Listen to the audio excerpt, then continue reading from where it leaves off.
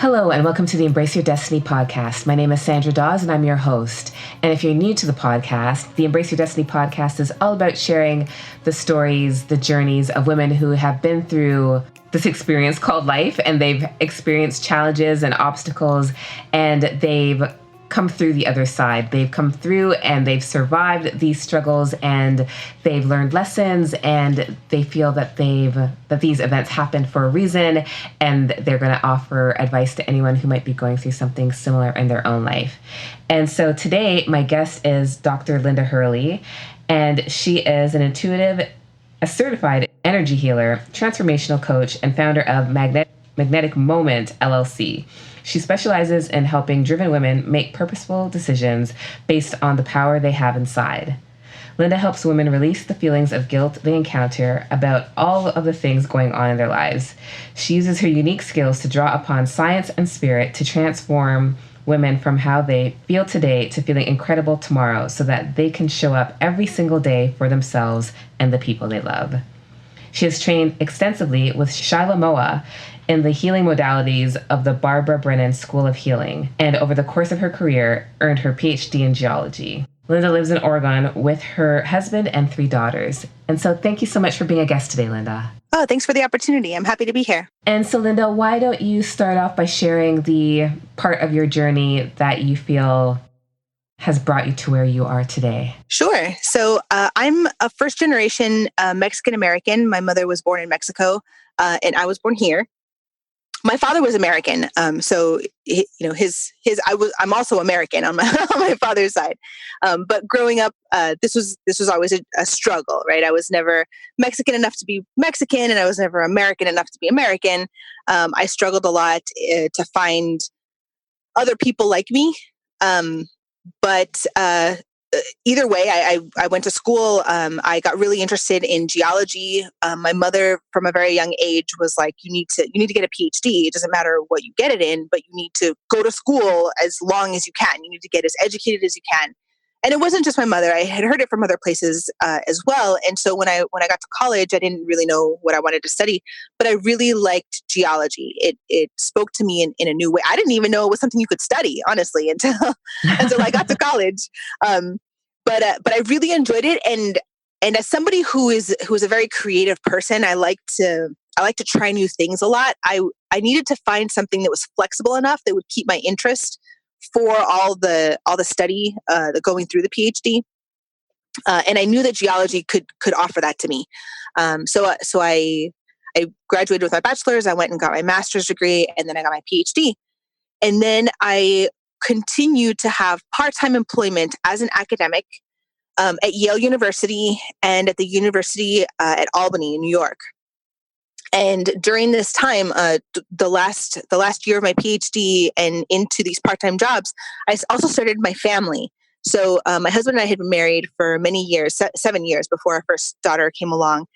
And over the course of 6 years, we had three daughters. So we have 3 daughters, and they're each 3 years apart. And so I was determined to still have my career as a scientist, as a researcher, and to be able to have my family, because to me, my family was one part of me, right? And my academic life was another part of me. But they were both me, right?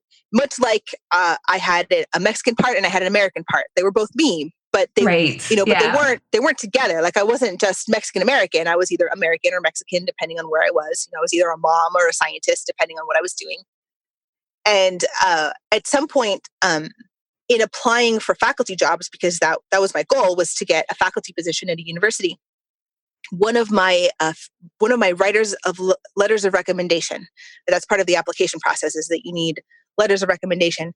And she reached out to me to explain to me that she could no longer support me, even though, years before, when we had worked together at the university, when we were in the same department, and I worked very closely with her, she had always encouraged me to continue to be a faculty member and to be a professor, and she thought I would be really good at it. So here we are years later, and she's telling me that she can no longer support me because I have chosen to have a family instead of focusing on my career. And it really... So it's that whole mindset of one or the other, never both. Exactly. Like, you can't You've already let all this time pass. You've already lost your opportunity to become a professor. You didn't get that job right away, right out of the gate. And yes, you worked at Yale, and yes, you worked at, University at Albany, but you also were having kids at the time. And so you don't have this long track record of publication. It doesn't, your portfolio, in essence, doesn't show that you value science above everything else. And so I can no longer support you because it would reflect badly on me.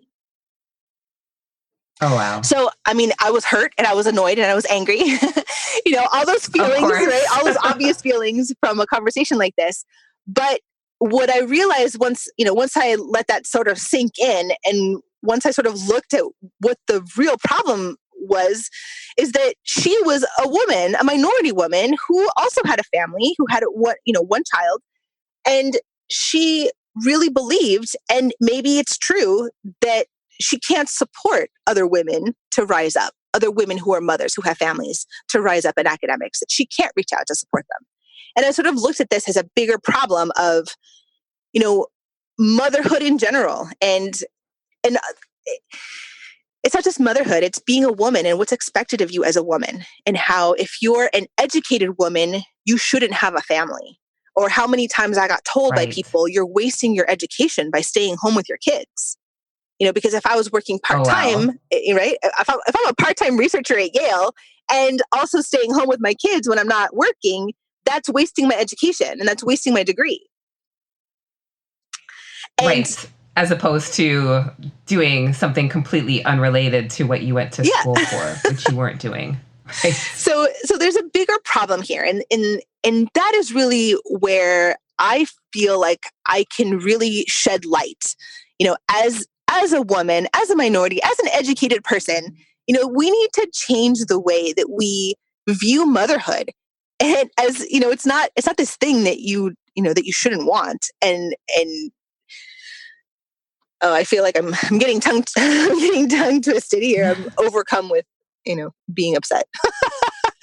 Well, yeah, because I get it, but I think that belief that it has to be a choice, that this whole idea of being able to have it all is some sort of illusion that nobody can truly achieve, is something that I think is ingrained in a lot of women, because that you can't be a successful businesswoman or career woman and have a happy family, that something's got to sacrifice. Right. Something's going to be sacrificed for that. Yeah. And so I think that what it really comes down to for me is not so much the idea of being able to have it all, but being able to really have all of me. That's what I learned. That's what my big lesson that I learned from this experience, and what really changed my life and really changed the way I think about what I'm doing with my life, is that I don't want to be a Mexican person in one environment and an American person in another. I don't want to be a family person in one environment and a scientist in another. I don't want to be a spiritual and religious person, or a religious person in one space and a spiritual person in a different space. I am all of these things. Right. You want to honor the whole, and not just simple parts of it, depending on the environment. Yeah. Sure. What I learned from this experience is that I had been working so hard on keeping all these different parts of me isolated from each other. And I was putting so much energy into only one thing at a time, that it really left me open to be in a place where I didn't belong. And not that I didn't belong in academics. I firmly believe that I'm perfectly capable of doing all of this work, right? And it's not that I don't belong in the spiritual realm or in the personal development realm. It's that I don't belong in a place energetically in my body where I have to spend time separating out different pieces of me. Right. What hat am I going to wear today? Exactly. I want to wear all three hats because I think they look really good together. Yeah. You're creating your own fashion statement. I want to wear my orange sock on one foot and a yellow sock on the other foot because I think they look good together. Yeah. Yeah. And that's where you feel most comfortable. Yes. And so, people need to get used to it. Right. And not just get used to it, but where is your yellow and orange sock? What does that look like for you in your life? And that's really what I am doing today. That's what I'm doing now, is I'm helping women look at what's most important in their life by looking inside, because they have all the answers. We have all of our own answers. They're all inside. We're taught to not listen. Right. To not trust their instincts, Yes. to be more logical about everything. Yes. And to not listen to your emotions because they're not important. This is something that I like to talk about a lot, actually, is that when you're a little person and you start school, you learn that there's, happy emotion and sad emotion and frustrated emotion, right? There's like 5 or 10 emotions that they sit and they work with.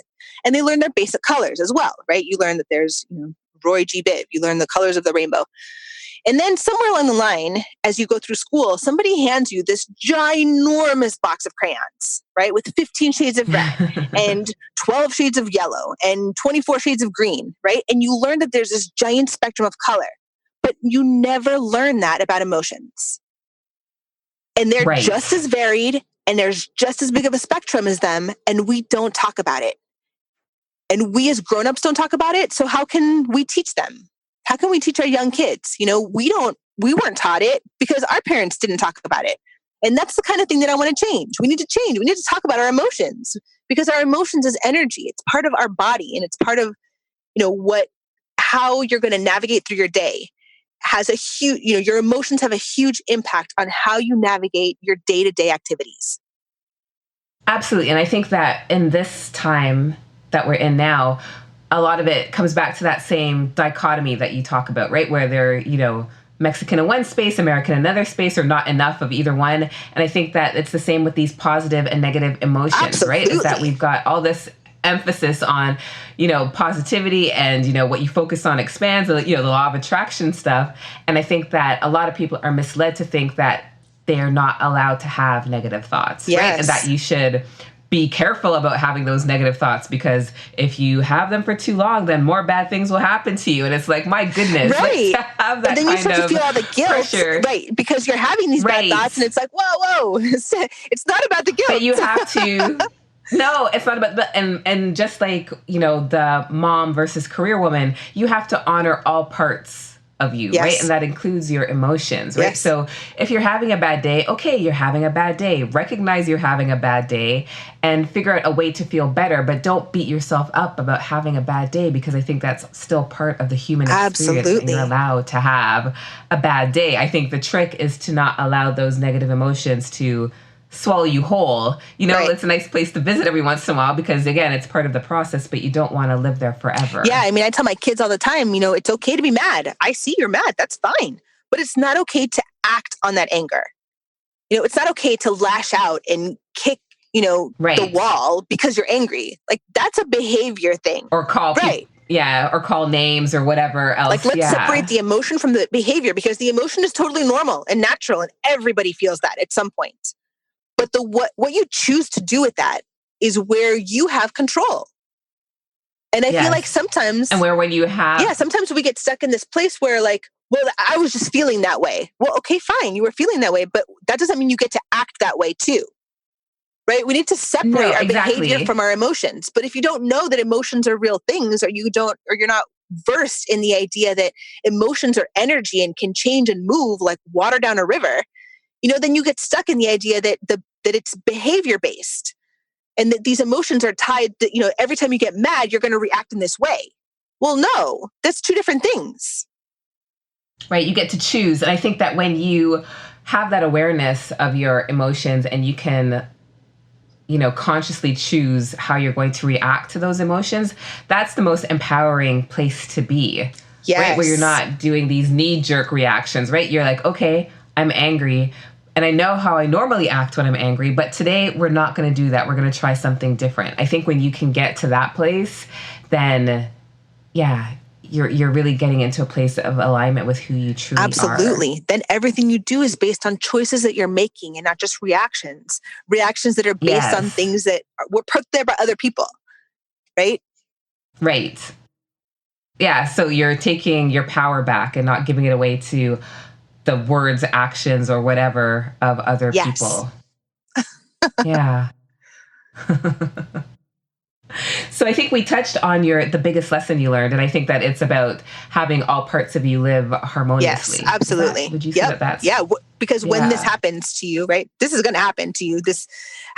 You're going to run into this time in your life when you feel like everything is falling apart. Some of us go through it more than once. And I feel like it's very much like a natural disaster. Again, going back to my geology and going back to nature, it's a big shift in energy, right? An earthquake is a big shift in energy, a hurricane, or, a wildfire. These are big shifts in energy that happen in nature. And if your foundation isn't stable and steady, it's going to crumble, right?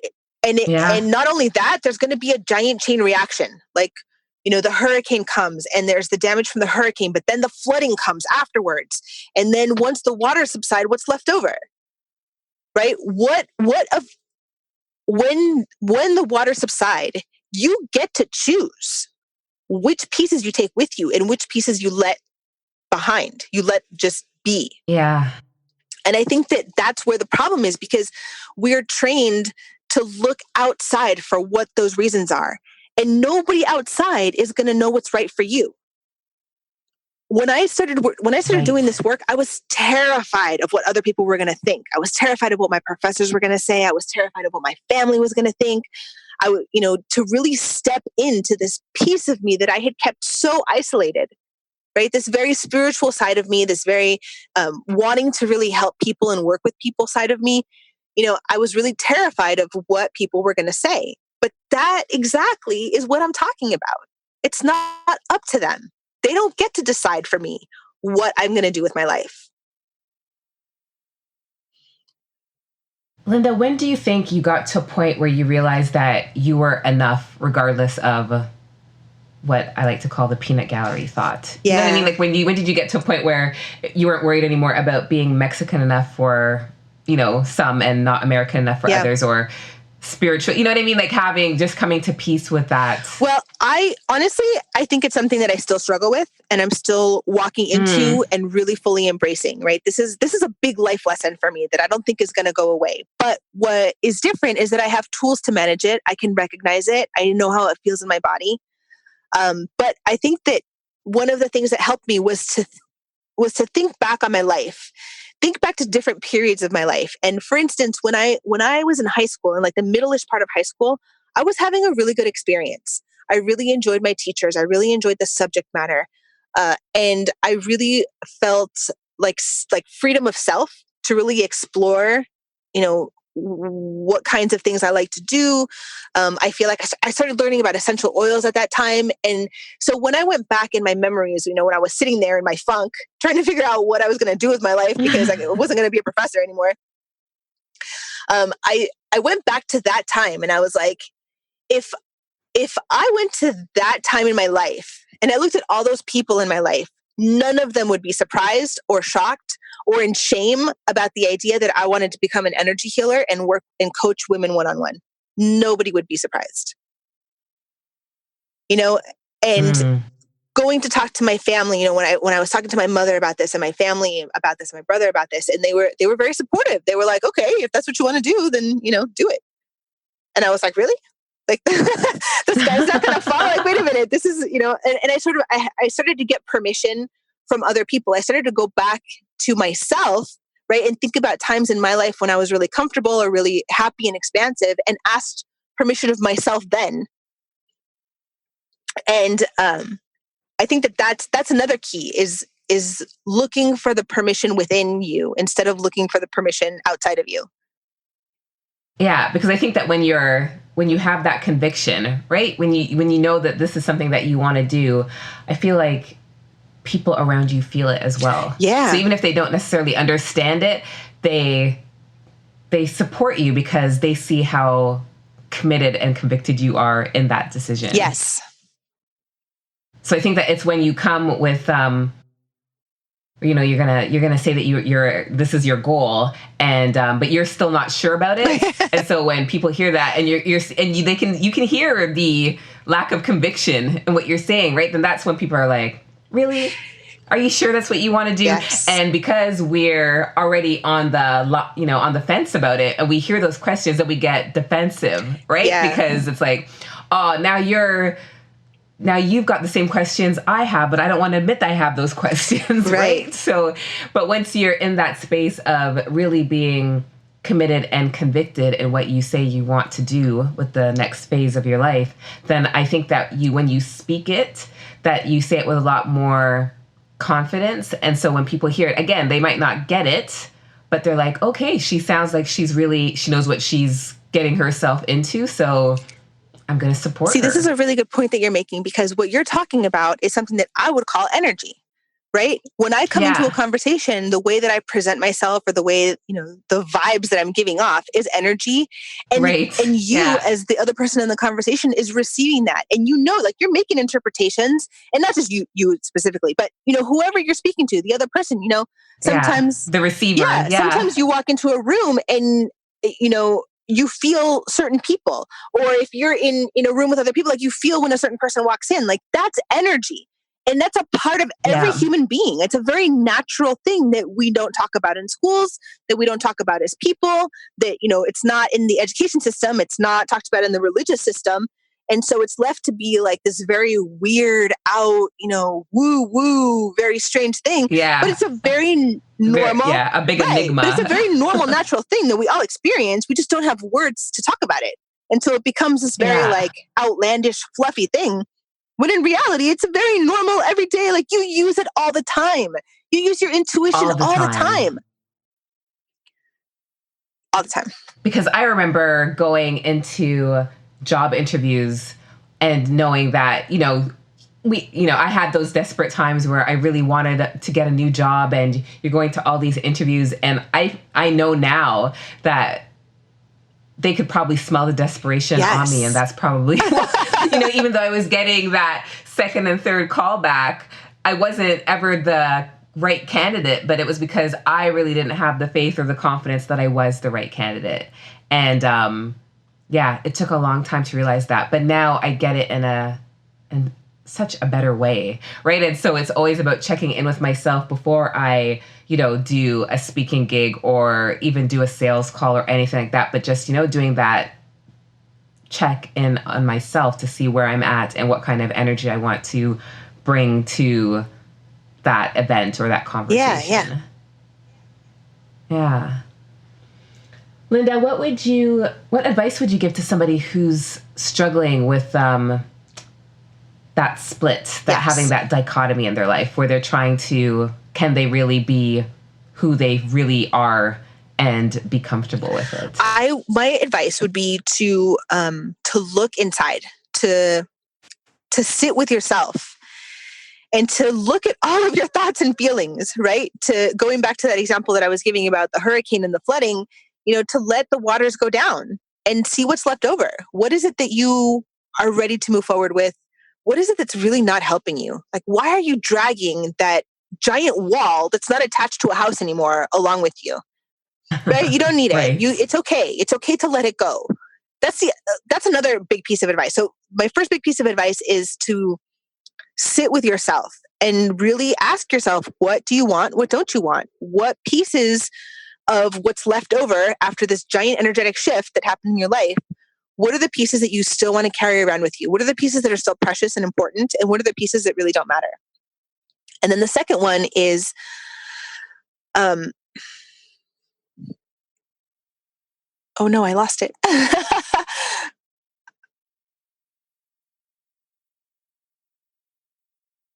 Well, let me just leave it with that. I think that's really the big piece. Oh, I remember now. The second piece is to give yourself permission. You don't need the permission to come from someone else. You can really, literally just say, I don't want to do this anymore. And I give myself permission to not do this anymore. And just that little bit, if you're honest with yourself and you're honestly saying it to yourself, that will lift you. You will actually lighten. Your shoulders will literally physically come down. There's going to be a physical reaction in your body to you being able to acknowledge what it is that you want and give yourself permission to want that. Yeah. And be willing to do what it takes to make it happen. Yes. Then that's what you do with it, right? Once you're in a place where you can see what it is that you want and what it is that you don't want, then you can start to take action. But if you just start taking action, like if you going back to the hurricane, and the floods have gone, right? The floods have subsided, and you just go in and you're like a bulldozer, and all you're doing is just moving and building everything back up and just pushing through everything. There's going to be cracks, right? There's going to be parts that have mold. There's going to be parts of the foundation that are not steady. So when the next storm comes, it's going to crumble, right? So if you're in a place in your life where your same areas keep crumbling, that's your inner wisdom trying to pull your attention to something that's important for you. That's right. To strengthen those pieces so that you don't end up running into the same problems over and over again. Yes, repeated patterns in your life are absolutely your inner wisdom telling you that there's something is not running smoothly for you. There's something you're not getting. There's work to do. There's work to do. Right. Yeah, I think that that's so important, right? Because it's like going on a road trip and just saying you want to go to New York City, but not having an exact, where are you going to stay? Where are you going to do when you get there, right? Yes. You need to have some clarity on the things you're trying to work towards, or you can be doing a lot and getting very little done. Right. You don't want to just be spinning your wheels and never make it out of, California or wherever, if you're driving across country. Right, exactly. I think it's fine to not have a step-by-step plan. Like you're not always going to be in a place in your life where you know exactly what town you're going to sleep in along the way. But if you know where you're going, maybe sometimes you'll camp out, and maybe sometimes you don't quite get there. And maybe some days you drive like 3 states when you didn't think you would. Like you need to be flexible enough to allow for all this variability, but you still have some place where you know that you're going. Yeah. And I think and one of the things I always tell my clients is that I feel like, especially when it comes to your goals, it's much like a road trip. And so when there's like a road closure along the way, most of us anyway, don't make a U-turn and head back home. We just look for an alternate route to get us where we're going. And I think that we have to, sometimes we forget that when it comes to our goals. So we hit these obstacles and it's like, oh crap, obviously it wasn't meant to be. Whereas I've taken those as a sign, almost as a test of my commitment to making that goal a reality. I like that, yeah. Right? It's like, well, how bad do I really want it? Right. Because if it's easy for you to give up on it, then I don't think it was a meaningful goal in the first place. Absolutely. But when you really are committed and you really want something to happen, you're like, oh no, I'm going to find a way to make it happen. So even if it means I have to drive, 20 miles outside of the original plan, I'm okay with that because at least I'm still going to get to where I need to go. Yeah. And maybe 20 miles outside of the original plan is a nugget that you need. Right. It might be a very beautiful scenery that you get to see when you go through that path. Right. So there's always, I believe that everything happens for a reason. And I think that sometimes we just need to take that time to reflect on what those reasons are, because I don't think they ever are clear when you're going through it. It's true. The reason why it's happening. Yes. But I think that when we take that time to really reflect on what those incidents meant for our life, how that what course correction that caused us to make in this journey called life, that we see that it did happen for a purpose. Yeah, I think that I would add that a third piece of advice is to trust. Because once you can sit down with yourself and talk to yourself, and once you can give yourself permission, you have to trust that that's really what is right for you. And, that's what these roadblocks are, right? When you get these roadblocks and you don't have the trust, then you just turn around and go home, or you just give up. Right.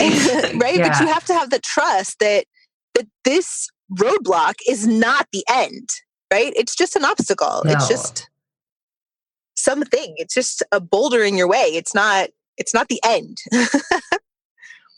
No, and when you get to overcome that obstacle, you feel so much better about yourself, because like, man, I didn't think I was going to get through that, but I did. And I think that it starts to make you think about what else is possible. Yeah. You know, what else am I capable of that I never thought I could do before? Absolutely. When you get I mean, maybe things. in the end, it changes your goals. It widens your goal, right? Because now you have this new skill that you didn't realize that you had.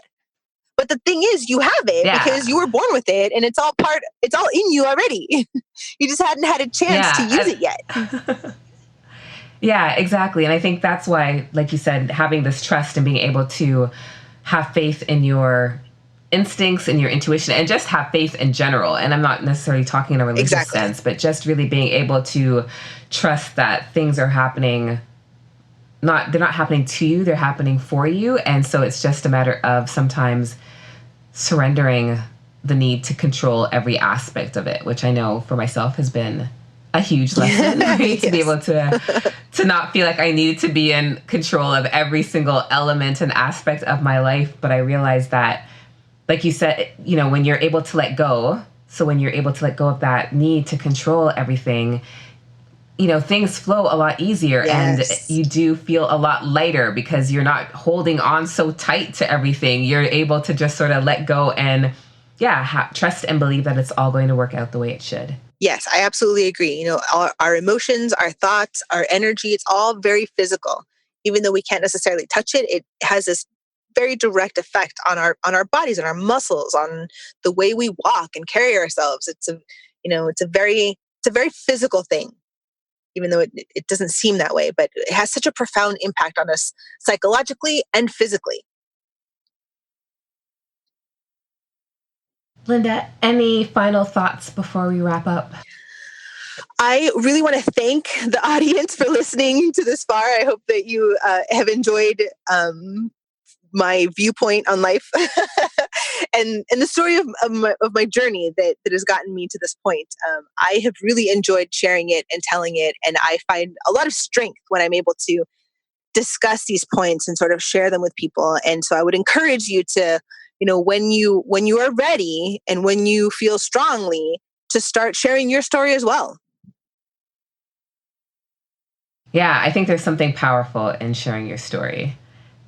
And I think that sometimes we disregard our experiences because we think that everybody's been through something similar, or, you know, or what we went through is not a big deal. But I think that there's so many lessons to learn from others' experiences. And I know I've learned a lot even doing these interviews. So I'm excited to do more of them because every interview has been so insightful. So Linda, thank you so much for taking the time to be a guest. And for the listeners, thanks for having me. You can always come back to the show notes and learn more about Dr. Hurley and where to find her. Her social media handles will be on there. And again, thank you so much, Linda. And to the listeners, have a great day and enjoy the rest of your week. Thank you very much. Take care. Bye-bye. Bye.